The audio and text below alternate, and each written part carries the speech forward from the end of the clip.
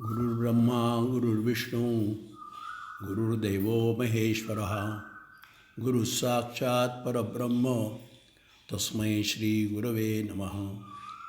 अध्याय 15 आहे. नाव पुरुषोत्तम योग नाम आहे. श्लोक 20 आहेत. ओव्या 598 आहेत. ओवी महत्त्वाची. आता हृदय हे आपुले चौफाळनिया भले वरी बैसऊ पाऊले श्री गुरूंची. प्रत्येक अध्यायाच्या प्रारंभी श्री गुरुवंदन, स्तुती व शरण्यता या क्रमाने गुरूंना वंदन केलेच, परंतु श्री गुरुचरणाची मानसपूजा केल्याने चौथ्या पुरुषार्थाची प्राप्ती होते हे विश्वासपूर्वक सांगितले. आपली श्री गुरूंवरील श्रद्धा, निष्ठा, विश्वास वाढेल असा दृढ विश्वास मनात वाटतो. खरोखरच श्री गुरुसारिखा असता पाठीराखा इतरांची लेखा कोण करी. हे सत्य आहे, त्रिवार सत्य आहे. आपण मनोभावे जीवभावे पूजन करतोच. तसेच 13व्या अध्यायात मरणोत्तर पंचमहातत्वांनी पूजन केले, तेही विश्वास वाढवते. हे सर्व दीर्घकाळ सेवेने साधकास आशीर्वादरूपी प्राप्त होते. आता अश्वत्थ वृक्षाचे उदाहरण देऊन संसाराचे अनित्यत्व हेही उदाहरणासह सांगितले व जीव ब्रह्मैक्य हा महत्त्वाचा भाग या अध्यायात विस्तारपूर्वक कथन केला आहे. हे सर्व बिंबवणे, ठसणे, ठसवणे व प्रत्येक गोष्ट ठसली की नाही हे भगवंताने श्री अर्जुनाला वेळोवेळी चित्त दे, सर्वांगाचा कान करून ऐक असेही सांगितले आहे. हे सर्व अतिसंक्षिप्तात आपण पाहत आहोत. सर्व संतांनी अभंगांतून, प्रवचन कीर्तनातून गुणरहित तादात्म्यरहित जीवन जगणे हे साध्य सांगितले आहे. संसाराचे मूळ ऊर्ध्वत्वात आहे, कारण मूळ हे निर्गुण, निराकार, नित्य, अद्वय, आनंद, अत्यंत निर्मळ सुख आहे. तेच ब्रह्म होय. सर्वव्यापी नित्य आहे. याला कोणी माया म्हणतात. सी सत्सद विलक्षण व अवर्णनीय पण आहे, पण ती असत आहे. अशी ही माया आहे. हे वृक्षाचे बीज आहे. या मायेचा ब्रह्माशी संबंध आला की तिच्या प्रभावाने या शुद्ध ब्रह्माला त्याचा स्वतःचा विसर पडतो. त्याला झाकोळून टाकते. आपल्या प्रभावाने झाकोळून टाकते. त्याला आपल्या मूळ स्वरूपाचा विसर पडतो, म्हणजेच अज्ञान उत्पन्न होते. हेच या वृक्षाचे मूळ आहे. नंतर खाली शाखा निर्माण होतात. प्रथम महत्त्व हे टवटवीत पान फुटते. नंतर त्रिगुणात्मक सत्वरजतम आधारित अहंकाररूपी अंकुर फुटतो. हे श्री ग्रंथ ज्ञानेश्वरीच्या दीर्घकाळ वाचनाने सर्व हळूहळू उलगडू लागते. तदनंतर अंतःकरण चतुष्टय, पंचमहाभूते, पंचविषय, षड्विकार याने संसार जलद गतीने फोफावतो. तो अशा प्रकारे ब्रह्मापासून पिपीलिकेपर्यंत कल्पित संसाराची उभारणी होते. भगवंत अर्जुनाला सांगतात की हा संसार मुळात नाही, तो भासमान आहे, कल्पित आहे. हे समजण्यासाठी अश्वत्थ वृक्षाचे उदाहरण विस्तृतपणे समजावून सांगितले आहे. आपण त्याचे पान पाहिले तर त्याच्या पानाची सळसळ किती जलद होते यावरून ते समजते. तसेच आज आहे पण उद्या नाही, हे सुद्धा अश्वत्थयाने सिद्ध केले आहे. याला उदाहरण आपण जर व्यवहारात जळती उदबत्ती घेतली व ती जर गोलाकार फिरवली तर आपणास पूर्ण वर्तुळ दिसते, परंतु तो भास असतो. खरे म्हणजे एक लाल बिंदूच असतो. तसेच पाहू जाता आपण भोवरा फिरताना पाहिला तर तो स्थिर आहे वाटतो, परंतु तोही भासच असतो, भोवरा फिरत असतो. संसार वृक्षाचा बदल इतक्या जलद गतीने होत असतो की त्याचा तर्कही करता येत नाही. माऊलींनी म्हटलेलं आहे, तर्काची दिठी न लगे. उदाहरणार्थ, कृतयुग, त्रेतायुग, द्वापारयुग व आजचे कलियुग आपण विचारही करू शकत नाही, बरोबर ना? खरे पाहता कलियुग नसून कलायुग आहे, विज्ञानयुगच आहे. विकासेच ध्येय यावे व तशी कृती सर्वांसाठी हवी. सर्वेति सुखिनः सन्तु, सर्वे सन्तु निरामयाः, सर्वे भद्राणि पश्यन्तु, मा कश्चित् दुःखाप्नुयात्. हेच प्रत्येकाचे जीवन हेतू कारण हवे. तसेच पाहू जाता स्वर्गलोक, मृत्यूलोक, पाताळलोक याचा विचार आपल्या मनात तरी डोकावतो का? त्यावेळी म्हणजेच विराळ्यावेळी ऋषीमुनींच्या काळामध्ये ब्रह्माची, शिवाची कठोर साधना, तपश्चर्या करून मृत्यूवर जय मिळवणे हा हेतू ठेवून काहींनी जय मिळवलासुद्धा, परंतु तोही भ्रमच ठरला. देव, दैत्य, ऋषीमुनी यांच्या यज्ञाचरणाचा विध्वंस करणे असे दुराचारी राक्षस योनी तेव्हाही होती. म्हणून श्रीराम, श्रीकृष्ण असे अवतार झाले व त्यांनीही धर्माचरण, आदर्श जीवन जगून जन्म मरण मृत्यू अनिवार्यच आहेत हे दाखवून त्यांनी त्यांचे अवतार कार्य पूर्ण केले आहे. ओम, ओवी महत्त्वाची. दिसते ते नासे, नाचले पुनरपी दिसे, हे घटिकायंत्र जैसे परिभ्रमेगा असे हे आहे. तसे हे मिथ्यत्व, अज्ञान, अनित्यत्व हे थोर महात्मे याचा वेग जाणतात. यातूनच चार खाणी, अंडज, स्वेदज, जारज, उद्बीज, चार वर्ण त्रिगुणात्मक वाऱ्यामुळे सत्व, रजतम मनुष्य, त्यातही देव, मानव, दानव, यातून स्थावर, जंगम, याहून विशेष म्हणजे निषिद्ध कर्माचरणामुळे व तमोगुणी जीवनक्रमातून त्यांच्या प्रभावाने म्हणजे तमोगुणाच्या प्रभावाने किडा, मुंगी, कीटक, झाडे, दगड, पशु, पक्षी ह्या 8 शाखांची निर्मिती होते. म्हणून मनुष्यजन्माला इतकं महत्त्व आहे की या जन्मातच व्यक्ती मोक्ष, मुक्ती ह्याचे प्रयत्न त्या मार्गाने चालू शकतात, साधना तशा प्रकारे करू शकतात. हे या वृक्षाचं म्हणजेच मनुष्यजन्माची खरी सार्थकता त्यात दडलेली आहे. सत्वोत्पत्तीने हा वृक्ष वर शिवलोक, सत्यलोक, ब्रह्मलोक यापर्यंत वाढतो, सप्तलोकापर्यंत. यानंतर वाढ नाही, वृद्धी नाही. म्हणून यावर उरलेले आहे, होते व राहणार ते ब्रह्म होय, हेच मूळ होय.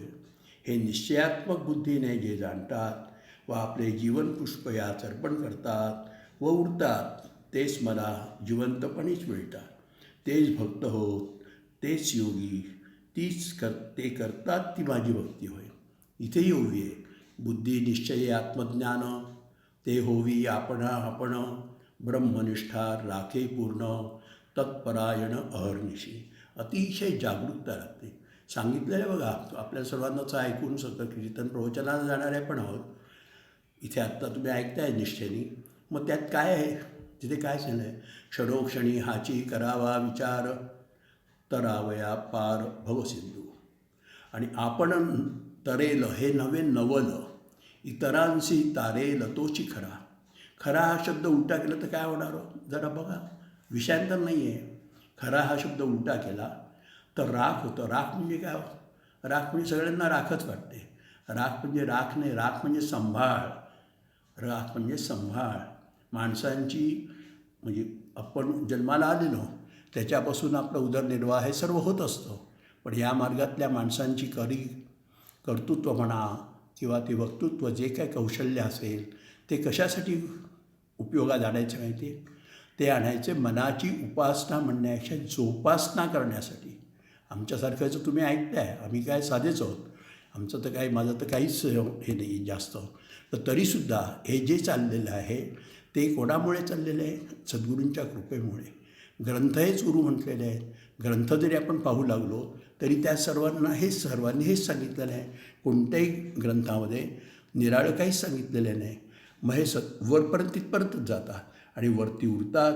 ते जे आपले जीवन जगतात तेच खरे भक्त होय. तर ते करतात तीच जी भक्ती.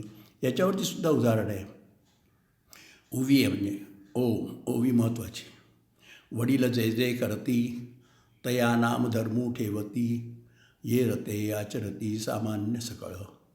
अशा प्रकारे हा मार्ग सुरू आहे. वर्षानुवर्ष, युगानुयुग हा चालणं आहे. जब तक सूरज आहे, जब तक चांद आहे, तब तक ये मार्ग रहने वाला है.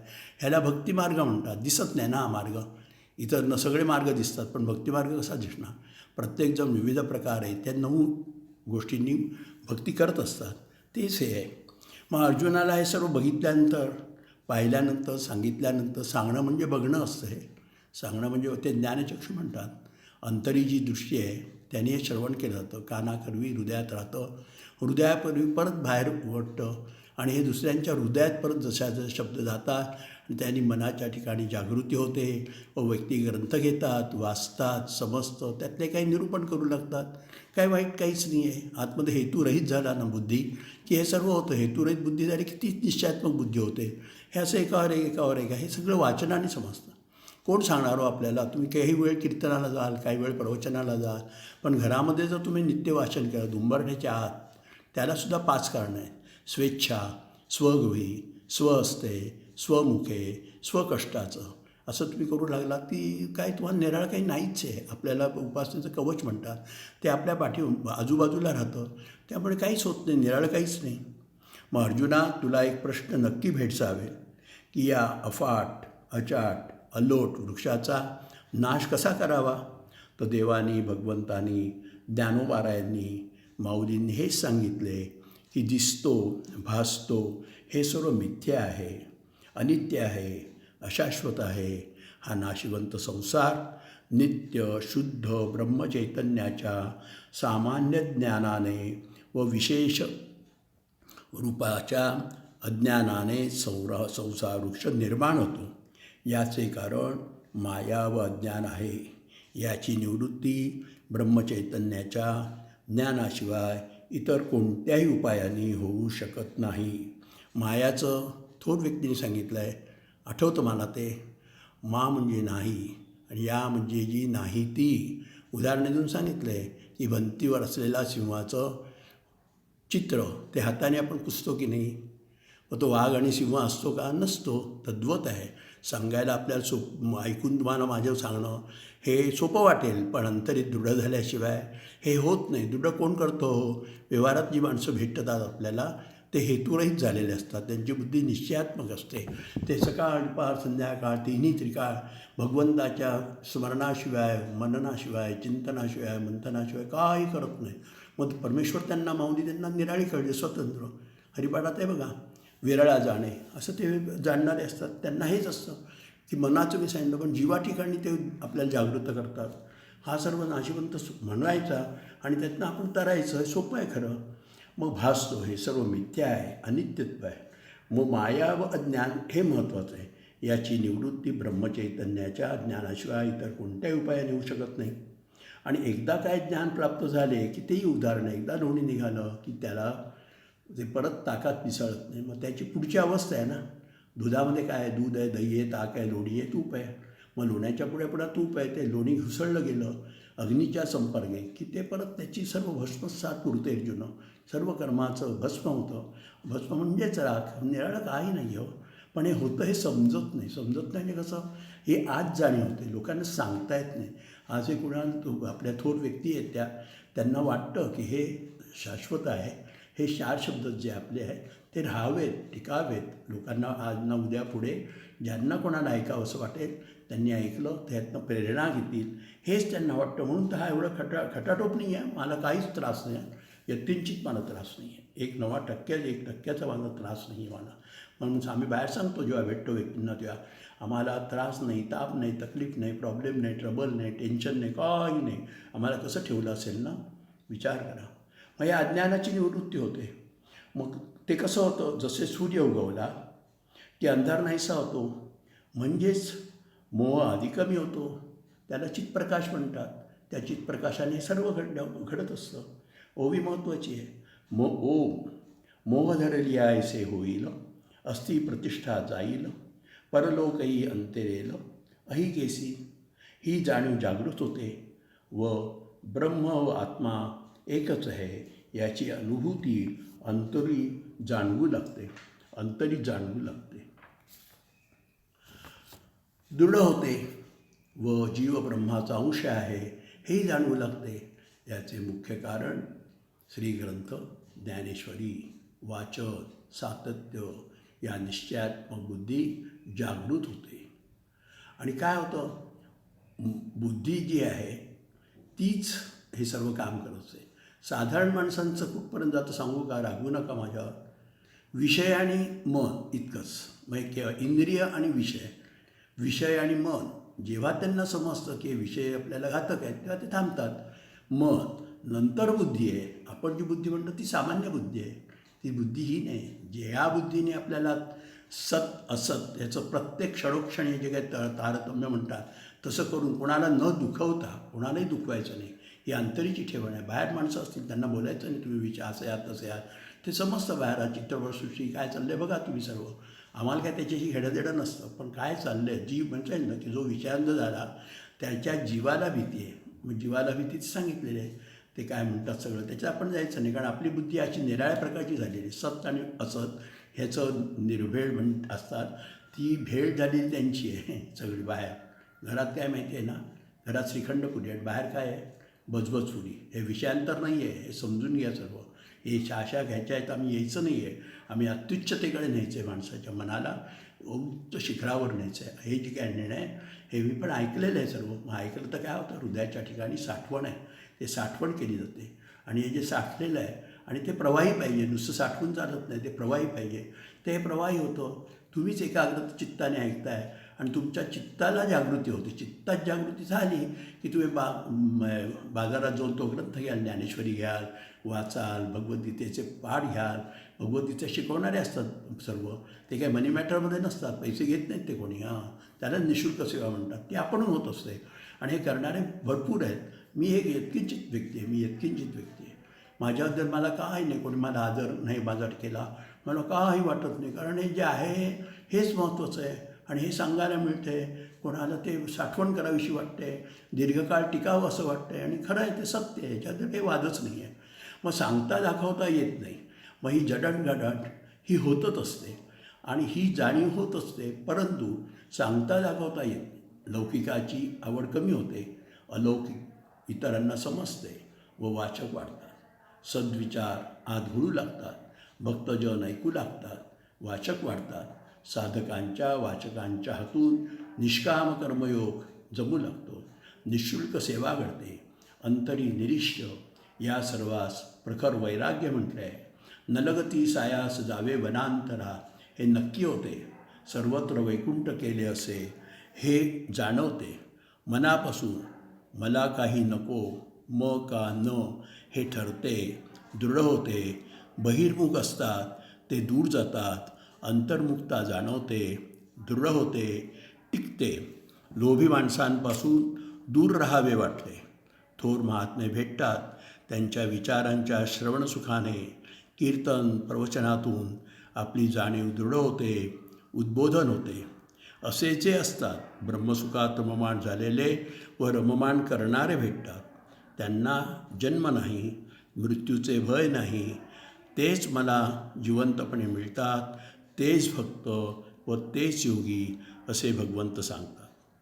अर्जुनाच्या ठिकाणी प्रश्न निर्माण होतो व भगवंताला विचारला जातो की तुला जे प्राप्त होतात ते भिन्न असताना की अभिन्न असताना? प्रश्न ऐकून भगवंत आनंदित होतात. या प्रश्नाचे उत्तर भगवंत निराळ्या शैलीतून देतात. भगवंत सांगतात जीव ब्रह्म एकच आहे, परंतु प्रकृती म्हणजे शरीर. प्रकृतीमय सांगू का? प्रकृतीमय शरीर हे झालं, पण प्रकृती म्हणजे प्रत्यक्ष कृती घडण्यासाठी माध्यम काय पाहिजे हो? मनाने होईल का हो? नाही होणार. इंद्रियांनी नुसतं होईल का हो? नाही होणार. मग देह पाहिजे ना. देहामध्ये सर्वही सामुग्री आहेत, 36 तत्व आहेत.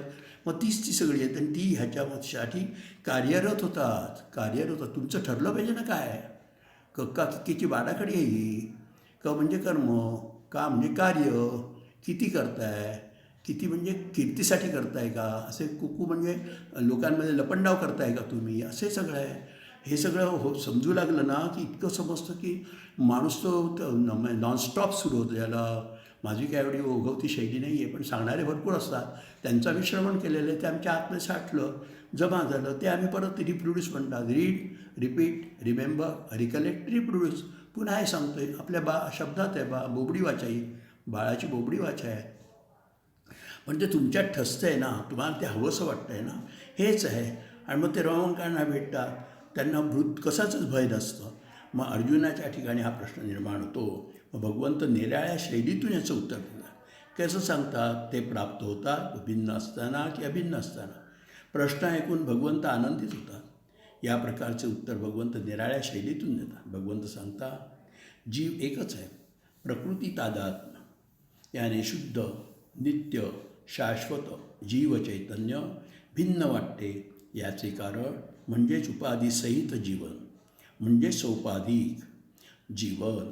उदाहरणार्थ चिरंजीव कुमार, कुमारी, श्रीयुत, तीर्थरूप, रारा हे जे भाव आहेत, म्हणजेच म्हणूया निराळ्या प्रकारे आपल्या नावाच्या पाठीमागे लागलेली पदवी. पदवीधर मंडळी काय, ही जी पदवी आहे ती माणसाला धरून ठेवते, म्हणजे जोखडून ठेवते. आणि त्यामुळे तो सर्वांमध्ये हवा तसा मोकळेपणाने फिरू शकत नाही. त्याच्या मनात दडपणं येतात आणि ते त्यांना खरं वाटतं. खरं तो निराळा भ्रमच आहे, पण भ्रम असं डायरेक्ट कसं म्हणणार नाही का. जे पदवीधर ते पण त्याच्यामध्ये ते कोश आहेत, पण निराळे कोश आहेत, त्यात ते अडकल्यासारखं असतं. म्हणून हे सौपाधिक जीवन आहे. मग ते दुसरं पुढे कसं आहे आणखी उदाहरणं ते सर्व सांगितलं. अशी अनेक उदाहरणं देता येतील. आजच्या राजकारणी किंवा ह्याच्याबद्दल बोललं त्यांना राग येईल, पण हे सत्य आहे ना. देव माझा, मी देवाचा, सत्य हीच माझी वाचा. मग हे सर्व त्याच्यात अडकलेले आहेत. नुसतेच उपाधीत अडकलेले नाही, ते अन्यायकारक वागतात आणि त्यामुळे त्यांचा जीव अडकतो. माणूस नाही अडकत, माणूस सुटेल काही करून. कायद्याच्या कचाट्यात सुद्धा ते सुटतात. का म्हटलं मी आता, कायद्याच्या कचाट्यातून ते सुटतात. पण खरं देवाचं जे आहे ना, ते नियम निराळे आहेत. जे करशील ते भोगशील, अशा प्रकारचे नियम आहे. हे नियम माणसाला समजत नाही, तो भ्रमित होतो ना, बुद्धी भ्रमित होते. ही काय जाऊ दे, तो काय आपला तसा विषय नाही. पण ओघाने आलं म्हणून आम्ही सांगितलं. आम्ही काही घाबरत नाही कोणाला. लौकिक मिळत नाही आणि देता येत नाही, व्यवहार सुटत नाही तोपर्यंत अव्यवहार्य मिळत नाही. लौकिक सुटत नाही तोपर्यंत अलौकिकत्व मिळत नाही. हे अलिखित नियम आहेत. हे सर्व आवश्यक आहे, परंतु जीव यातच अडकतो. जन्म मृत्यू शृंखला तोडणे, वार करणे हेच खरे आहे. असंग शस्त्रेण दृढेन चित्वा, हे समजते, जाणवते, उलगडते, उकल होते व दृढ होते, असे विस्तारपूर्वक सांगितले आहे. भगवंतानी अर्जुनाचे कौतुक करत सांगितले की जीव माझ्या स्वरूपापासून भिन्न नाही. मी जसा सर्व भेदरहित निरुपाधिक आहे, परंतु कल्पित अज्ञान व देहतादात्म्य यामुळेच माझ्याहून जीवचैतन्य भिन्न आहे असे वाटते. हाच भ्रम होय. अर्जुना, सोपाधिक स्वरूप सांगितले की निरुपाधिक जे आहे ते उरलेले निरुपाधिक हे समजेल, उमजेल, उलगडेल हे समजण्यासाठी भगवंताने क्षर अक्षर पुरुष याचे सविस्तर वर्णन करून यातून जो उत्तम पुरुष तो वेगळा आहे. निरुपाधिक केवळ निर्विशेष चैतन्य म्हणजेच उत्तम पुरुष हे समजावून सोदाहरण सांगितले. तो पुरुष प्रगट झाला की दोन्ही पुरुषांचे उपाधीसहित अज्ञान नाहीसे होते, नाहीसे केले जाते व मी ब्रह्म आहे, सोहम या ज्ञानावर साधक आला की मी देह आहे, ही उपाधी द्वैताद्वैत काहीच उरत नाही. ओवी महत्त्वाची आहे. या उपाधी माझी गुप्त, चैतन्याचे सर्वगत ते तत्त्वज्ञ संत स्वीकारती. यानुसार सर्व लोक परमात्मा म्हणून ओळखतात. तो हाच. जीव माझी भक्ती करू शकतो, कारण मत्स्वरूप झाल्याशिवाय भक्ती नाही. हे सांगून या अध्यायाचे नाव पुरुषोत्तम योग नाम आहे, हे सार्थ झाले आहे. हे अर्जुनालाच का सांगितले? कारण तो सुमन शुद्धमती होता, उत्तम अधिकारी होता. त्याला हे गुह्य गुपित गहन ज्ञान सांगितले आहे. त्यामुळेच तर आपल्याला हा लाभ झाला आहे. नाही तर आपल्याला कसा काय लाभ झाला असता? असा हा गीता ग्रंथ श्रेष्ठ आहे. त्याच्या श्रवणाने, मननाने, चिंतनाने, मंथनाने मोह नाहीसा होतो. असा हा पुरुषोत्तम योग नाम 15वा अध्याय पूर्ण झाला आहे. आपण समोर आहात. श्रद्धेने, निष्ठेने, विश्वासाने, भक्त ध्रुवाप्रमाणे, शिष्य एकलव्याप्रमाणे, निश्चल, अनाथ, नाथ, जो एकनाथ म्हणतात ते कोणाचे नाथ आहेत ते? आपण अनाथ होतो. आपल्याला वाटतं ना आपण हे होतं, आपलं कोण नाही म्हणून. पण कधी कोण नाही असं वाटतं. ह्या एकलेपणाची बावी कधी होते? अंतर्मुक्तेत नव्हते. अंतर्मुक्त बाह्यमुक्त आपल्याला वाटतं आपले सर्व आहेत, आपले सर्व आहेत. पण ही जेव्हा जाणीव होते तेव्हाच आपल्याला ब्रह्माची छाया, त्याला माया नाही म्हणत, ब्रह्माच्या छायेत आपल्याला वावरता येतं. आणि असे अनन्य भक्त नामदेवरायांसारखेच भक्त पुंडलिकासारखे आहात म्हणून या देहाकडून, या जीवात्म्याकडून परमात्म्याने ही सेवा करून घेतली आहे. ही सेवा श्री गुरुचरणी अर्पित करतो व विश्वात्म्याने ही सेवा मान्य करावी ही श्रीचरणी प्रार्थना करतो. आता अनुरूप श्लोक आहे, बघूया आपण तो श्लोक काय. श्री समर्थ रामदास स्वामींचा आहे. रामामी तव दास दास म्हणवी, माते कशाचे भय.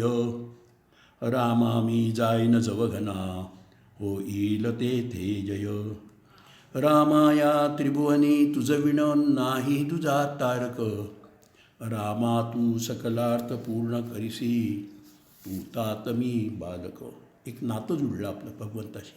मग आपल्याला सांभाळतं, तू तातमी बालक. जय जय रघुवीर समर्थ. तसाच अभंग आहे. 1 3 5 मेळा 25 36 तत्वांचा मूळ हरी. कल्पना विद्या तेडे झाला जीव, मायोपाधी शिव बोली जाती. जीव शिव दोन्ही हरिरूपी तरंग, सिंधु तो अभंग नेणे हरी. शुक्तिवरी रजत पाहता डोळा दिसे, रज्जुवरी भासे मिथ्या सर्प. क्षेत्र क्षेत्र ज्ञाते जाणता ती ज्ञानी, एका जनार्दनी हरी बोला. हरिमुखी गाता हरपली चिंता, त्या नाही मागुता जन्म घेणे. त्या नाही मागुता जन्म घेणे. हरि ओम.